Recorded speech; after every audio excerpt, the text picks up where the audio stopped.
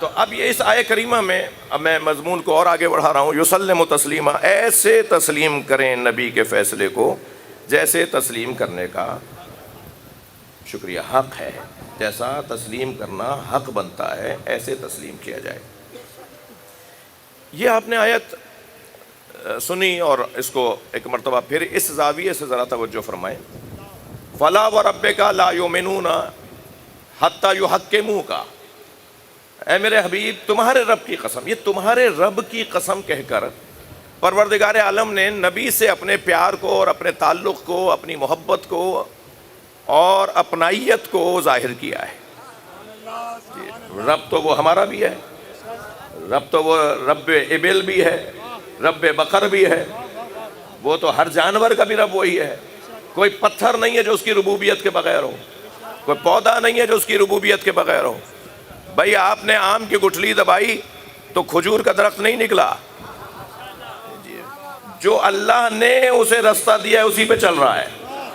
سورج ایک لمحے کے لیے بھی دیر نہیں کرتا نکلنے میں، اور ایک لمحے کے لیے بھی دیر نہیں کرتا ڈوبنے میں. جو ٹائم اسے اللہ نے دے دیا ہے، یعنی پکا مسلمان ہے. مگر یہ پکا مسلمان اس لیے آپ سے زیادہ فضیلت نہیں رکھتا کہ مسلمان تو انسان بھی ہے اور مسلمان تو چاند سورج بھی ہیں، مگر وہ مجبور مسلمان ہے اور یہ مختار مسلمان ہے. تو مختار مسلمان کی فضیلت مجبور مسلمان سے زیادہ قرار پائی. تو نبی کا، اللہ کا نبی کے ساتھ کیا پیار ہے اسے اس آیہ کریمہ میں تمہارے رب کی قسم، تمہارے رب کی قسم، وہ مومن ہی نہیں ہو سکتا. مجھے تھوڑا سا اجازت دیں کہ میں آپ کے ساتھ رہوں. تمہارے رب کی قسم. میں نے ایک سوال اٹھایا تھا نا کہ اللہ تو سب کا رب ہے، اللہ تو سب کا رب ہے. یہ کیا کہ رب موسیٰ و ہارون، رب محمد، رب علی، جی یہ یا قرآن مجید میں اللہ نے جنت کا ذکر علیحدہ کیا، جنت کا ذکر بہت کیا ہے، ٹھیک ہے، مگر کہیں کہیں اس نے جنتی بھی کہا ہے، میری جنت. تو کیا مطلب ہے؟ اور جو جنت کے ذکر ہیں وہ اس کی جنت نہیں ہے؟ یعنی جنت کیا دو طرح کی ہے؟ جنت کس کے لیے ہے؟ وَأُزْلِفَتِ الْجَنَّةُ لِلْمُتَّقِينَ، اللہ نے متقین کے لیے جنت کو قرار دیا ہے. اور ایک جانب وہ کہہ رہا ہے یا ایتھا النفس المطمئنہ ارجعی الی ربک راضیۃ مرضیہ فادخلی فی عبادی وادخلی جنتی. اے صاحب نفس مطمئنہ میرے خاص بندوں میں داخل ہو جا اور میری جنت میں آ جا. تو اب یہ مفسرین نے جنت کی جب بحث اور جنت کو جب سمجھنا چاہا کہ جنت کے مفاہیم کیا ہیں، تو انہوں نے اس بحث کو کیا ہے کہ جہاں مطلقاً جنت مراد ہے وہاں مطلقاً جنتی مراد ہے. جہاں مطلقاً جنت، جہاں صرف جنت کا لفظ آیا ہے وہاں ہر جنتی مراد ہے. لیکن جہاں جنتی اللہ نے کہا ہے میری جنت، وہ خاص ہستیاں مراد ہیں جنہیں وہ اپنی جنت میں داخل کرنے کی بات کر رہا ہے. بھائی مجھے معلوم ہے اللہ کے بارے میں کیا کیا باتیں کی جا سکتی ہیں اور کیا کیا جملے نہیں بولے جا سکتے. مثلا اللہ کا جسم نہیں ہے، اللہ کا ہم جسم نہیں مانتے، ہم مسلمان اللہ کا جسم نہیں مانتے جی، اس لیے کہ جسم اگر مانیں گے تو جسم کو روکنے بٹھانے کے لیے مکان بھی چاہیے، اور مکان اگر مان لیا تو پھر پڑوس بھی ماننا پڑے گا، اور پڑوس مان لیا تو حدوں کو ماننا پڑے گا، اور جس کی حد بن جائے وہ سمد نہیں ہوتا. تو اللہ کی حد نہیں ہے، اللہ سمد ہے، بے نیاز ہے، وہ محتاج نہیں ہے.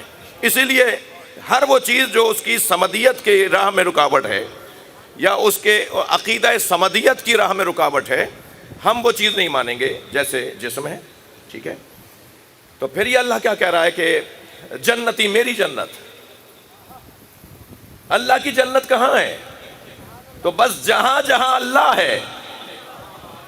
میں لفظوں کو اور ذرا مفہوم کو اور روشن کرتا ہوں. بھئی یہ نبی کو معراج کہاں ہوئی تھی؟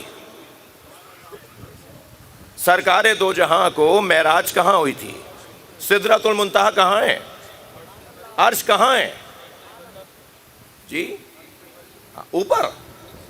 اگر آپ نے کہہ دیا اوپر تو آپ نے سمت میں محدود کر دیا اللہ کو. بھئی تھوڑا گردن ہلاؤ، توحید سن رہے ہو؟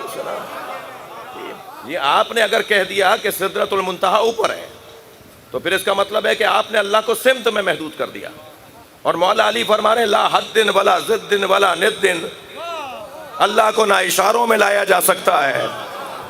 جب اوپر کہہ دیا تو اشارہ ہو گیا یا نہیں ہو گیا؟ اشارے میں مشار الیہ محدود ہو جاتا ہے. جس کی طرف اشارہ کیا جا رہا ہوتا ہے وہ اس میں وہ محدود ہو جاتا ہے. تو اللہ کو تو ہم محدود مانتے نہیں ہیں. اللہ تو لا محدود ہے، اللہ بسیط ہے، کسی ایک جگہ نہیں، ہر جگہ ہے. تو پھر معراج کہاں ہوئی؟